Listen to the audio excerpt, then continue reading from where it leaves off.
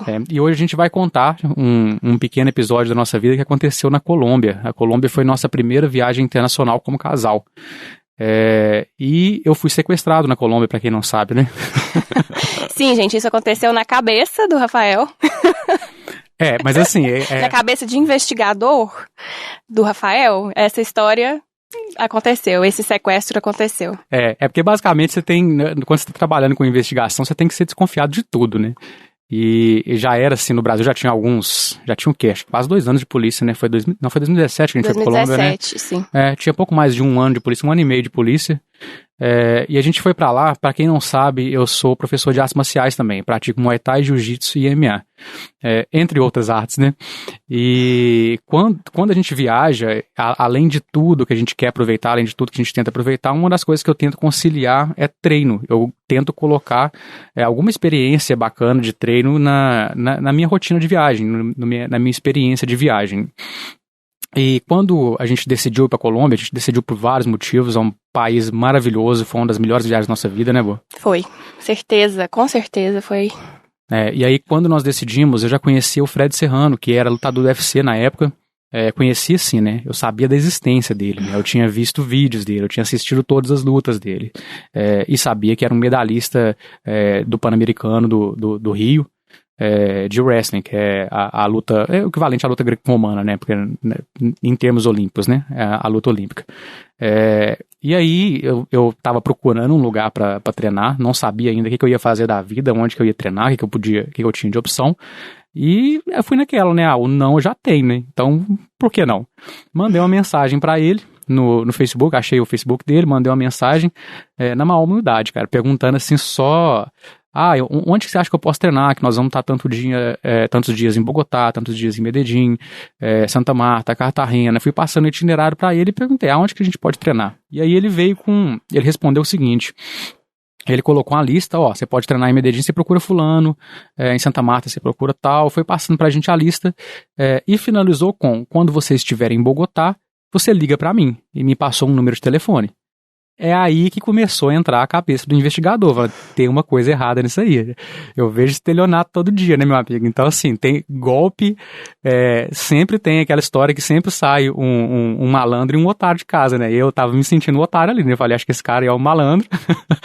E certamente tem algum golpe nessa história. Porque, beleza, eu tô na área, mas não tenho nome, não sou ninguém nesse aspecto, né?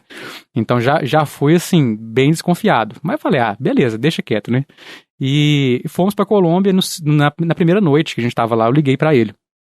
E foi assim, foi muito bacana. Liguei, ele falou comigo que era pra gente encontrar ele no dia seguinte, às 2 horas da tarde. Ele falou que ia passar lá onde a gente estivesse. Perguntou, onde vocês estão?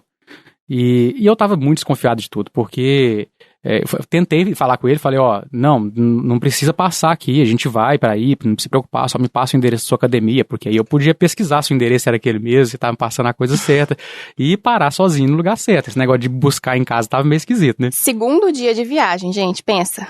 Pensa na tensão, já a cabeça já tá assim, meu Deus, não pode acontecer nada, que a gente tem mais 15 dias de viagem pela frente, nossa senhora. O perigo era estragar a viagem, a integridade física, que a gente não tá nem aí, não tem problema, sabe, morrer alguém, tá tranquilo, mas desde que não estraga a viagem... A gente esperou tanto por aquela viagem, não podia acontecer nada.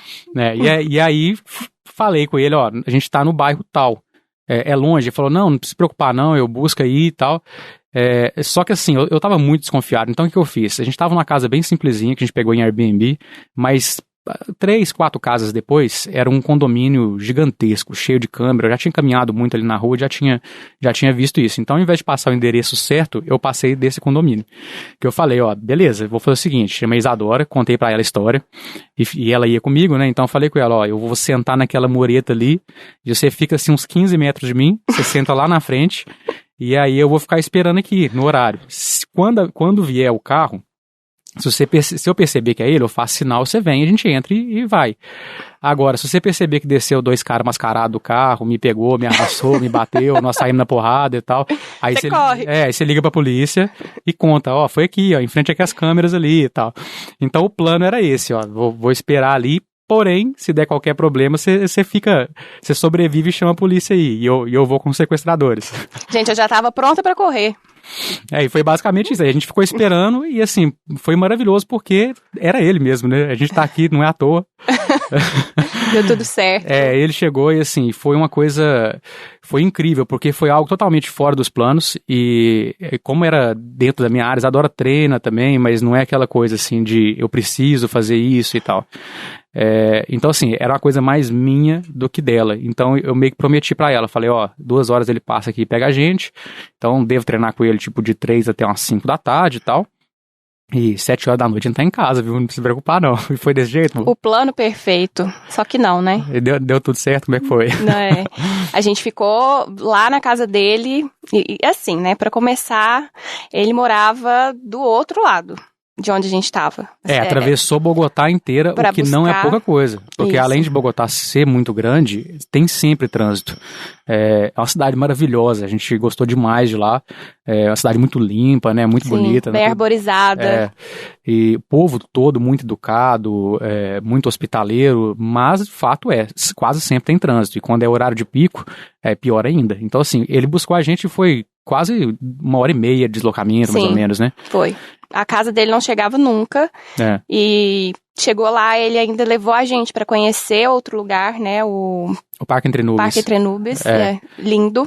Lindo, assim, pra quem não, já fica uma dica de viagem pra quem foi em Bogotá, é o mirante mais bonito de Bogotá. Todo mundo conhece o Monserrate, né, que é o mais famoso e é muito bem localizado, é muito fácil de ir e é realmente muito bonito, a gente gostou muito de lá também. Mas o fato é que o Parque Entre Nubes é mais bonito ainda. Só que é meio que discriminado, assim, é meio que deixado de lado no turismo porque ele é bem no meio da favela, lá no cantinho, muito escondido, mas é muito bonito lá. E ele levou a gente pra conhecer lá, no caminho a gente pegou o Orlando, né, o Orlando Benavides, que é o treinador dele de kickboxing. Isso. Então, o que aconteceu ali com o Fred Serrano, começou na mensagem que ele te mandou, né, no Facebook. Já foi um gostinho de como o povo colombiano é receptivo, é prestativo, é gente boa. Foi uma experiência maravilhosa. Conhecer ali logo nos primeiros dias de viagem, saber que as pessoas são daquele jeito. E o Orlando acho que era uma das pessoas mais engraçadas que eu já vi na vida, né? Sim. Ele é um cara assim...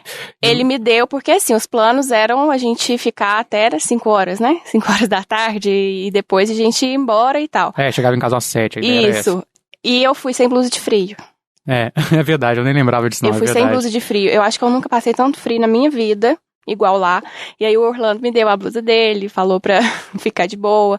E aí o Rafael treinando e eu já tava com raiva, porque eu tava com frio e os planos do dia não iam dar certo.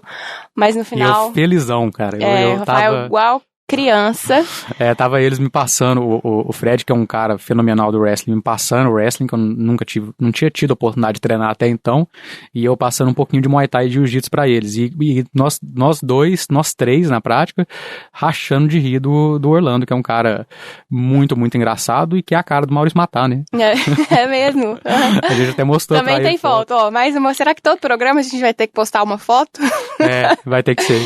Vamos mostrar ele. Mas assim, pra resumir essa história, não aconteceu sequestro de fato, mas deu tudo certo, a gente foi lá, treinou, foi muito bacana, e depois de tudo isso nós pensamos, beleza, agora vamos voltar pra casa, vamos pra um barzinho, alguma coisa. Não, vocês não vão pra casa não.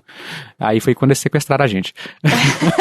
Não, aí foi quando eles falaram, não, vocês vão comer com a gente e tal, e não aceitou a gente ir embora, e levou a gente num restaurante que foi inacreditável. Nossa. Assim, um lugar muito simples, mas incrível.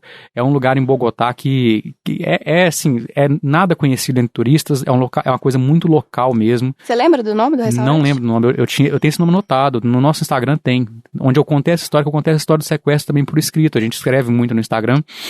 A gente tem essa história lá no começo, quando a gente começou a escrever sobre a Colômbia, foi acho que a primeira ou segunda história que eu contei. E lá eu acho que eu coloquei o nome do restaurante, era um restaurante que vendia frango assado e batata frita. E assim, eles passavam, tinha uma demanda tão grande, que primeiro que existia uma parede assim de, sei lá, uns 6 metros por 6 só de frango, só frango rodando lá e assando. E toda hora eles passavam com vocês não estão entendendo o que é uma bacia de batata frita não, é um negócio assim. Sabe os carrinhos que tem no Kmart, pessoal aqui da Nova Zelândia, os carrinhos que tem no Kmart, de que você puxa, um carrinho, sei lá, 10 vezes maior que aquele, cheio de batata. Cabia facilmente eu e a Isadora lá dentro, sabe? Mas estava cheio de batata pra fritar, sabe? E assim, o tempo todo, saindo. E metemos a cara na comida, rimos bastante, aproveitamos. Aí, sei lá, devia ser isso umas quase 10 horas da noite. Falei, agora a gente vai embora, né? Vamos pedir um Uberzinho aqui e tal, alguma coisa, e vamos embora, né? E aí... Só que não. Aí o Orlando falou, não, vocês vão lá em casa tomar um café. Então, a gente foi lá e eu também não lembro o nome do cachorrinho dele, você lembra? Não, também não lembro o nome Era do um cachorro tão fofo, gente, ai. Era mesmo. Saudade. Não, e assim, levou a gente pra casa dele, apresentou a esposa dele, apresentou o cachorro, a filhinha. E tomamos café, comemos um chocolate local também, que ele tinha lá.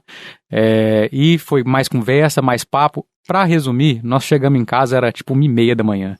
Aí chegamos 1h30, quase 2 horas, e fomos tomar só uma cerveja pra encerrar a noite também, e foi incrível.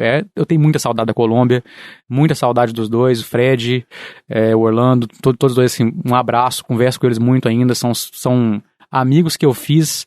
E eu não esperava que ia ter essa proximidade tão grande, que ia fazer uma amizade de fato, que ia continuar contato, que ia...